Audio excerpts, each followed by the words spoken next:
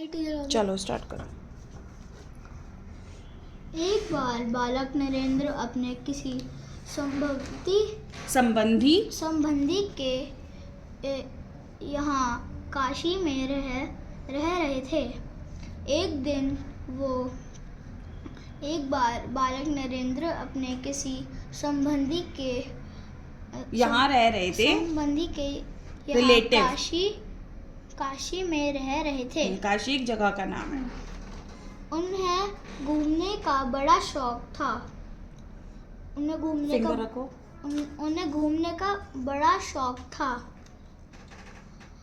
एक दिन वह प्रातः ही घूमते हुए घर के पास के मंदिर एक पुराने मंदिर तथा तालाब तक पहुंच गए। वो अपने घर के पास के मंदिर पुराने चलते चलते होता है ना, हम चलते चलते मार्केट में पहुंच जाते हैं, चलते चलते हमारे मंदिर आ जाता है हमारी सोसाइटी के बाहर, हमारे इस ब्लॉक के बाहर। ऐसे ही वो चलते चलते कहाँ पहुंच गए? पुराने मंदिर और तालाब, उसके पास जो तालाब था। आगे तालाब तक पहुंचे। तालाब की सीढ़ियाँ पर बैठे ही थे कि बहुत सारे बंदरों ने उन्हें घेर लिया। कोई कुर्ता खींच रहा था, कोई धोती, तो कोई बाल नोच रहा था। बालों को नोचने लगा।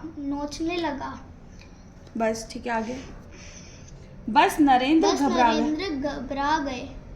समझ नहीं आ रहा था कि ये सब क्या कर रहे हैं। क्या तो पता ही है ना क्या कर रहे थे वो। उन्हें नहीं मालूम था कि वहाँ अधिकांश लोग आकर बंदरों को गुड़, चने, फल आदि खिलाते हैं। उसी आशा में बंदर बालक नरेंद्र के पास आ गए थे। तो उनसे बंदर क्या चाह रहे थे? उनसे भी गुड़, चना ये सब चाह रहे थे, क्योंकि वहाँ पे बाकी सारे लोग उन्हें ये चढ़ाते थे, देते थे पूजा के नाम पे। ठीक है, आगे पढ़ो।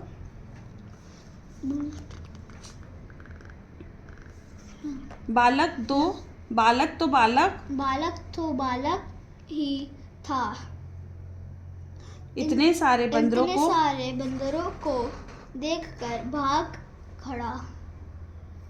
खड़ा हुआ और बंदर उसके पीछे भागे।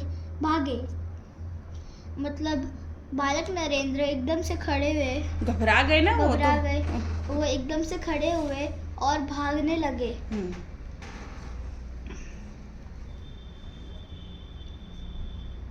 आसपास के लोग घबरा कर यह सब देख रहे थे और कोशिश कर रहे थे कि बंदर बालक को कुछ नुकसान न पहुंचाएं। आसपास के लोग उन्हें दोबारा घबरा कर देख रहे थे कि दोबारा नहीं, सिर्फ घबरा कर देख रहे थे। अब हम कहीं पे, अब हमारे पीछे डॉगीज पड़ जाते हैं, हमारे आगे पर बंदर पड़ जाएंगे, जैसे हम मंदिर जाते हैं तो हमारे यहाँ भी बंदर है, हमारी सोसाइटी में भी। तो क्या होगा, हम भी अगर ऐसी हमारे साथ सिचुएशन होगी तो हम भी भागेंगे, और फिर जो हमारे आसपास के लोग हैं वो भी घबरा जाएंगे कि मतलब बच्चे को कहीं लग ना जाए, किसी को चोट ना लग जाए, कहीं बंदर काट ना ले। क्योंकि अब हम भागना भी शुरू कर दिया हमने, और बैठे रहेंगे तो भी हमें परेशानी है, तो हमें अपना बचाव तो करना था। तो ऐसे ही नरेंद्र जी ने किया। आगे, इतने ही में पंडित जी ने चिल्लाकर कहा, बालक डरो नहीं, भागो नहीं, खड़े हो जाओ, तो ये बंदर तुम्हें कुछ भी नहीं कहेंगे। तो एक पंडित जी ने उन्हें कहा, मंदिर के पंडित जी ने उन्हें कहा कि भागो मत, खड़े हो जाओ, डरो नहीं, ये बंदर तुम्हें कुछ नहीं कहेंगे। अब जैसे अब किसी के घर में डॉगी होता है और तो हम वहाँ से निकल रहे होते हैं, वो डॉगी हम पे भौंकता है, बात करता है, तो फिर क्या होता है कि वो जो उनकी जो जिनके घर में वो रह रहा होता है वो डॉगी, वो हमसे कहते हैं ना, नहीं परेशान मत हो, डरो नहीं, वो तुम्हें कुछ नहीं कहेगा, है ना। ऐसे ही वहाँ के पंडित जी ने भी बालक नरेंद्र को यही बताया, यही बोला कि घबराओ मत। नरेंद्र को लगा जैसे यह ईश्वराय आदेश है। बालक नरेंद्र को लगा कि ये भगवान की ओर से बोला गया है कि खड़े हो जाओ।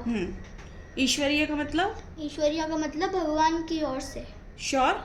हमने यही लर्न किया है। यस।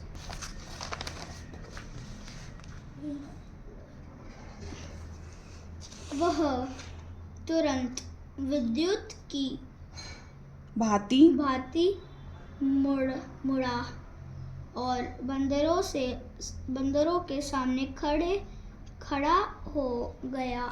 विद्युत मतलब? विद्युत मतलब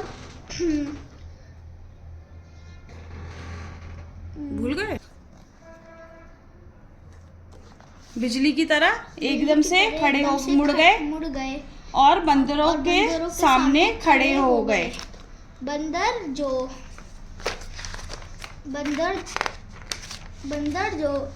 खो कर घुर्रा रहे थे शांत होकर उसके सामने बैठ गए। कुछ पेड़ों पर वापस चले गए। बालक को हिम्मत हुई और आश्चर्य मतलब हैरानी। फिर तो उसने बंदरों को आदेश भरे शब्दों में कहा, जाओ यहाँ से, चलो भागो। बंदरों ने जैसे आज्ञा मानी पेड़ों पर चढ़ गए। आज्ञा मतलब आदेश देना। हाँ। पंडित जी देख रहे थे। वह तुरंत बालक नरेंद्र के पास गए और कहने लगे, बेटा, दुनिया में अस्त्र शस्त्र और शरीर की शक्ति से भी बड़ी एक और शक्ति होती है। उसे मन की शक्ति मनोबल कहते हैं। मैंने देख लिया कि तुम में असीमित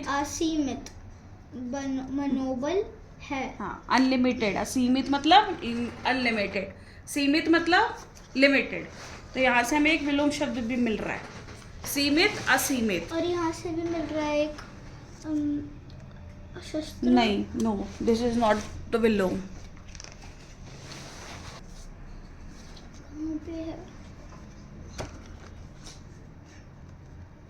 तुम जैसे इंसान को जीवन में कभी भी असफलता नहीं मिलेगी। यह तुम्हारा मनोबल तुमसे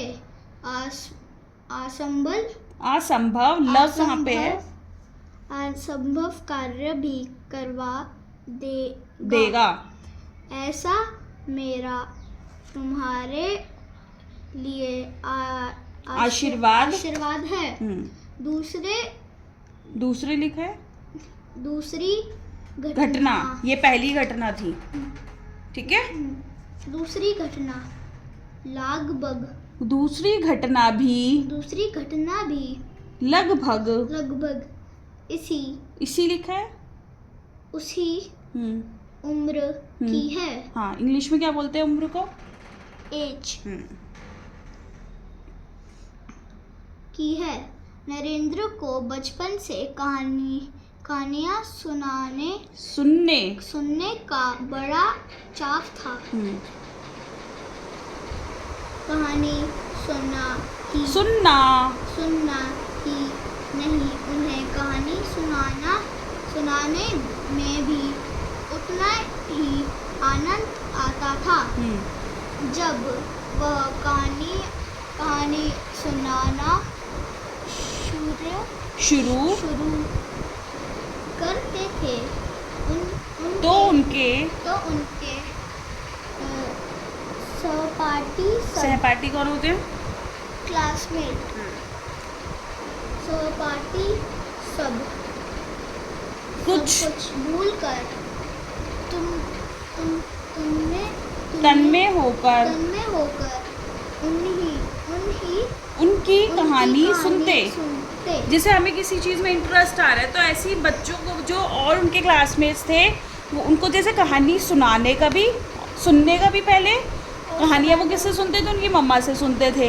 ठीक है, खाते ज़रूरी नहीं वही कहानी सुनाते थे, तो उनको सुनने और सुनाने का बहुत शौक था। तो उनके जो फ्रेंड्स लोग थे या उनके क्लासमेट्स थे वो भी उनकी कहानियों को बड़े चाव से सुनते थे। बिल्कुल ही जैसे जब हमें इंटरेस्ट आते तो हम बहुत ध्यान से सुन रहे होते हैं ना, तो ऐसे ही उनके क्लासमेट सहपाठी सुनते थे।